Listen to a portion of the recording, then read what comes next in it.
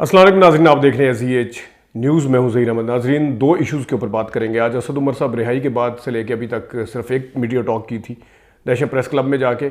उन्होंने क्या कहा है, इमरान खान साहब के हवाले से क्या बातें हुई हैं, आज उनके साथ क्या हुआ, क्या उन्हें इमरान खान साहब ने लिफ्ट नहीं करवाई और वो ख़ुद क्या सोच रहे हैं, और इमरान खान से हट के उनका क्या प्लान है, कौन सी ऐसी खबर है जो उन्होंने दी है, आज इस पर बात करेंगे। और एक सेनेट में प्राइवेट मेंबर बिल के ज़रिए एक बिल लाया गया है जिसमें सेनेट के साबिक जितने भी चेयरमैन हैं उनको बड़े सहूलियात दी गई हैं, उनको बेनिफिट दिए गए हैं बहुत ज़्यादा। जब हम बातें करते हैं इकॉनमी की, जब हम ऑस्टेरिटी की बातें करते हैं, जब हम देखते हैं कि यूनान जैसे वाक़यात हो रहे हैं, जब हम ये कहते हैं कि हमारे पास इतनी सख्त नहीं है कि हम कुछ कर सकें, उस टाइम के ऊपर एक अपनी मर्जी के बिल पास करवाना जो है, इसके ऊपर बात करेंगे। लेकिन असद उमर से शुरू करते हैं। पहले मैं आपको कमेंट में बात मैं करता हूं, लेकिन पहले मैं थोड़ा सा बता देता हूं कि उन्होंने कहा क्या है, ओहदा क्यों छोड़ा, उनसे सवाल हुआ। मैं इमरान खान की हिकमत अमली से एग्री नहीं करता था। उन्होंने कहा कि मैं पहले कहता था कि चीज़ें जिस तरफ जा रही हैं वो 9 मई को होती हुई नजर आई। सियासी मामलात की हद तक जो हल करना जो है सियासतदानों का काम है। पीडीएम की जमातों ने 2.25 करोड़ वोट लिए, ये नहीं कह सकते कि मैं इनके साथ बात नहीं करूंगा, यानी इमरान खान साहब के ऊपर उन्होंने तनकीद की। मैंने हमेशा कहा कि सियासतदानों के साथ बात करें। फौज का किरदार 15 अफसरों का नहीं, ना ही 6 या 7 लाख फौज जो है वो 15 अफसरों का इदारा नहीं है, ना ये 6-7 लाख की फ़ौज है, ये कौम का इदारा है।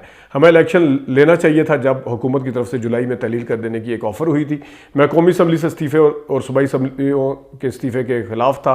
असम्बलियों से मतलब इमरान खान स्टेप डाउन करें। शाह महमूद कुरैशी ने कोई फार्मूला तो नहीं दिया, लेकिन उन्होंने मशवरा ज़रूर दिया था कि जिस तरह पीपल्स पार्टी के 4 पी थे उनके हवाले कर दी गई थी, और इमरान खान खुद स्टेप डाउन करें अपनी मर्ज़ी से, फिर हो सकता है कि पीटीआई आगे चले। फिर उन्होंने टिकट के हवाले से कहा कि मैं टिकट अगर अप्लाई करूँगा, अगर मिल गया तो ठीक है पीटीआई का।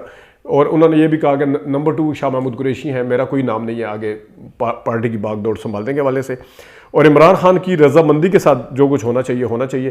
परवेज़ खटक के हवाले से उन्होंने कहा कि परवेज़ खटक ने कहा है कि नौशहरा की सीट जीतना बगैर बल्ले के मुमकिन नहीं है। ये चीज़ें उन्होंने की हैं। अब इसके ऊपर ज़रा कमेंट मैं अगर करना चाहूँ, फिर उन्होंने और भी बातें की है कि जो वोट होते हैं वो हमेशा लीडर के होते हैं, जो वोट बैंक है वो लीडर का है।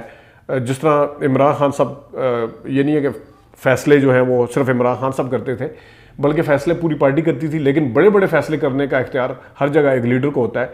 ज़ाहिर है वोट बैंक उसका है। अगर मैं फ़ैसले करूं या शाह महमूद करे तो फिर उन हमारा भी उतना ही वोट बैंक होना चाहिए। ये बातें की हैं असद उमर साहब ने। अब ये चीज़ तो वाज़ह तौर पर नज़र आ रही है कि असद उमर साहब जो है 9 मई के हवाले से न सिर्फ इमरान खान के इस बयानिए से इख्तलाफ उनका सामने आया है कि वो कहते हैं इमरान खान के ये एक साजिश थी जो करवाया गया, इसकी तहकीकात होनी चाहिए, जबकि असद उमर ने कहा है कि ये जो कुछ हो रहा था पहले से, मैं इस चीज़ के ख़िलाफ़ था और वो 9 मई के हवाले से नज़र आया। और उन्होंने साफ कहा कि ये हिकमत अमली जो थी उसके मैं ख़िलाफ़ था इमरान खान साहब की। ये आज उन्होंने वाज़ह तौर पर कहा। और इस वक्त उन्होंने जिस तरह फ़ौज के हवाले से भी बात की है, उसमें भी इमरान खान साहब और उनके बयानी में वाज़ह फ़र्क नज़र आया है। और दूसरा ये है कि इलेक्शन लेना चाहिए था, कि जुलाई में हमें इलेक्शन मिल रहा था, तो आगे से क्वेश्चन पूछा गया कि हो सकता है वो झूठ बोल रहे थे कि जुलाई में इलेक्शन नहीं मिल रहा था, जुलाई में तहलील करने के हवाले से। तो उन्होंने कहा ब्लफ ही कॉल कर लेते, आज इलेक्शन तो अभी भी नहीं हो रहा अभी तक। तो उन्होंने कहा कि फवाद चौधरी वगैरह जो थे असम्बलियों की तहलील के हक में थे, तो मैं कहता था ये धमकी के हद तक ठीक है, लेकिन इसको असम्बली तहलील कर न देना।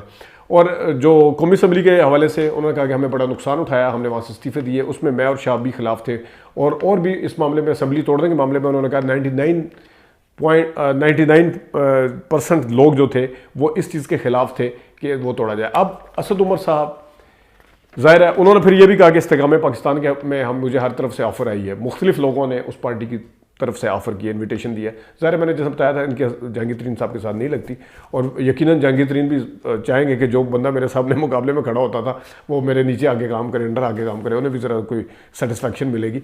लेकिन बहरहाल असद उमर साहब का पहले दिन से ये तो था कि पार्टी, और वो इस इंतज़ार में अब ये वाज़ह हो गया कि अगर इमरान खान साहब स्टेप डाउन करेंगे तो वो पीटीआई के टिकट या पीटीआई के प्लेटफॉर्म से ही इलेक्शन लड़ना चाहेंगे। उन्हें भी पता है कि उनके बगैर ना इस्तेकाम पाकिस्तान का तो वैसे सभी को पता है कौन है। अब ज़ाहिर है असूली तौर पे देखा जाए वैसे पाकिस्तान की सियासत में सब कुछ होता है, लेकिन जिस तरह पीपल्स पार्टी को और नून लीग को असद उमर साहब सुनाते रहे हैं, उनकी पार्टी में भी वो नहीं जाएंगे, इतना सा तो होगा, बिल्कुल ही वो नहीं होता बंदा। लेकिन इमरान खान साहब के साथ इख्तलाफ की वजह है। अब इमरान खान साहब का वोट बैंक अभी भी है बिल्कुल। जिस वक्त अवाम आखिर पे असद उमर साहब की कुछ कॉन्ट्रडिक्शंस हैं, वो ये है कि असद उमर साहब खुद कहते हैं कि हुकूमत अमली ठीक नहीं थी, हम सारे मुखालफत करते थे, यानी कि वो नाखुश थे कि उनकी बात नहीं मानेगी। तो फिर साथ उन्होंने ये भी कहा कि फैसले लीडर करता है। ये थोड़ी सी एक कॉन्ट्रडिक्शन है कि फैसले लीडर करता है, तो जब फैसले लीडर करता है तो आप फिर गिले शिकवे क्यों कर रहे हैं।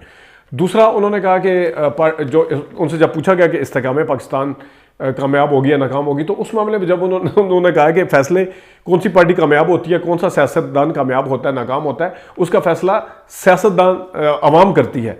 तो फिर ये फैसला अगर अवाम करती है तो इमरान खान साहब का अगर आज वोट डालें तो इमरान खान साहब तो इसी बयानिए के साथ अपने पॉपुलैरिटी की पीक पर हैं।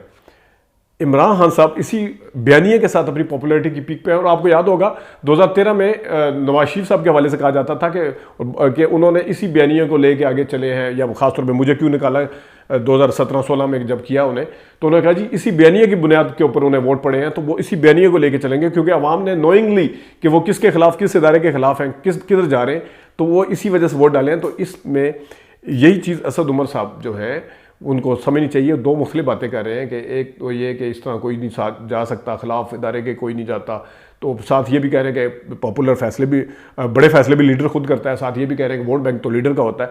तो जब लीडर का होता है वोट बैंक, और फिर आपके बकौल इस्तेकाम पाकिस्तान के ऊपर अगर ये फार्मूला फिट आता है कि फैसले जो है कि कौन सी जमात कामयाब होगी या कौन सा सियासतदान कामयाब होगा, अवाम फैसले करती है, तो इमरान खान के मामले में मेरे ख्याल में आप जितने मर्जी अपने बयानात दे दें, जितने मर्जी इख्तलाफात कर लें, तो इमरान खान के मामले में भी अगर आज इमरान खान को इजाज़त मिले इलेक्शन लड़ने की और उनको डिस्क्वालीफाई ना किया जाए, तो आटे दाल का भाव भी मालूम हो जाएगा, दूध का दूध और पानी का पानी भी हो जाएगा। अब मैं आता हूँ, एक बिल जो पास हुआ है सेनेट में, प्राइवेट मेंबर बिल के ज़रिए एक बड़े प्रिविलेज्ड किस्म के उसमें बेनिफिट लिए गए हैं।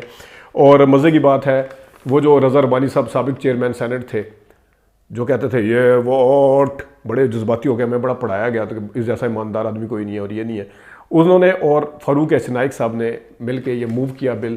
और ऊपर से मज़े की बात है कि पीटीआई के सेनेटर भी उसमें शामिल थे जिन्होंने आवाज़ नहीं उठाई।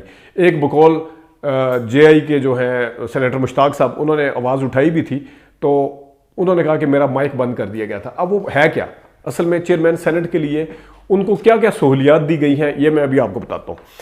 असम्बली उन्हें क्या दिया गया, मुतनाज़ा प्राइवेट मेंबर बिल जो है इसका नाम, तो उसमें क्या कहा गया कि हर चेयरमैन सेनेट, वो मौजूदा होगा या साबिक होगा, उसको 12 मुलाजिम रखने की इजाज़त है। आप अंदाज़ा करें, 12 मुलाजिम, एक नहीं, दो नहीं, तीन नहीं, चार नहीं, एक साथ 12 मुलाजमीन उसने क्या करने हैं।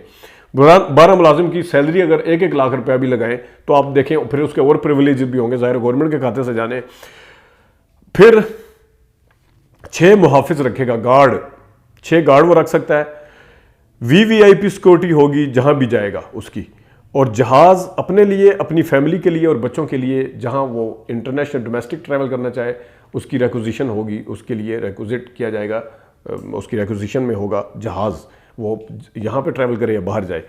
और जो चीज़ें बिल में लिखी नहीं है उसका भी इजाफी फ़ायदा होगा, यानी कि एडिशनल बेनिफिट उसको दिया जाएगा अगर बिल में लिखने से कोई चीज़ रहेगी। अंदाज़ा करें कि बिल में कोई चीज़ इतना इस हद तक, यानी कि अपने मामलात में लेने के लिए पाकिस्तान के इस गरीब मुल्क के अंदर, जहाँ पे आज लोग आटा ख़रीदने के लिए तरस रहे हैं, जहाँ पे आलू और प्याज ख़रीदने के लिए देख रहे हैं कि किस तरह करना है, जहाँ पे 1 लीटर पेट्रोल के लिए तरस रहे हैं, जहाँ पे 300-300 जो लोग हैं वो पता नहीं कितने कितने लाख रुपया ज़ाया करके बाहर जाके अपनी जानें गंवा रहे हैं, कभी कश्ती में डूब रहे हैं। उस मुल्क के अंदर आप ये देखें कि वीवीआईपी प्रोटोकॉल और जो चीज़ें नहीं लिखी वो भी इसमें होंगी। 8 लाख की वैसे इजाफी ग्रांट भी होगी, मेडिकल की सहूलियात अखीर हद तक होगी, अनलिमिटेड होंगी। और ये है जनाब उस मुल्क का हाल जहाँ पे हम कहते हैं कि ऑस्टेरिटी को कायम किया जाए, हम कहते हैं कि वज़ीरों ने ज़्यादा, मतलब ज़फ़र मौज क्या कहते हैं, वो कैबिनेट के अंदर तादाद कम होनी चाहिए जब हम कहते हैं, तो ये सारा कुछ दिखावा है अपने लिए। जहाँ भी अभी वो ख्वाजा आसिफ साहब पिछले हफ्ते बोल रहे थे कि एक जज की सैलरी 16 लाख है, इतने ये है, हमारी आदि नहीं है, बोले अब बोले अब बताएं कि अभी तक पीडीएम की हुकूमत ने गरीब के लिए क्या किया है। पेट्रोल महंगा हो गया, सेहत कार्ड, हेल्थ कार्ड बंद कर दिया, पता नहीं कौन कौन सी चीज़ें बंद की हैं, कौन सी चीज़ें, और जो खाने रोटी तक के लिए खींच लिया गया है, उस सहूलत जो है, आटा तक महंगा हुआ है। वहाँ पे इन्होंने अपने लिए क्या किया है, नैब के बिल पास करवाए हैं। नैब के अंदर कौन कौन सा बंदा क्वालिफाई करेगा, नैब के अंदर इतने करोड़ की, 90 करोड़, पता नहीं कितने करोड़ की, अगर 90 लाख की करप्शन होगी तो वो उसमें करप्शन में नहीं आएगी।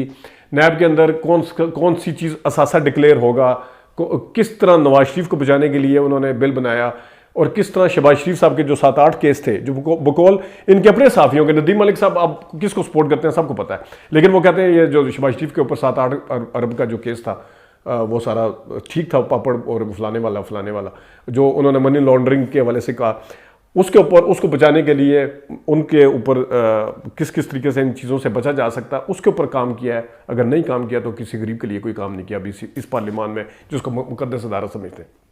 नाजरीन, अभी तक के लिए इतनी इजाज़त दीजिए। अल्लाह हाफ़िज़।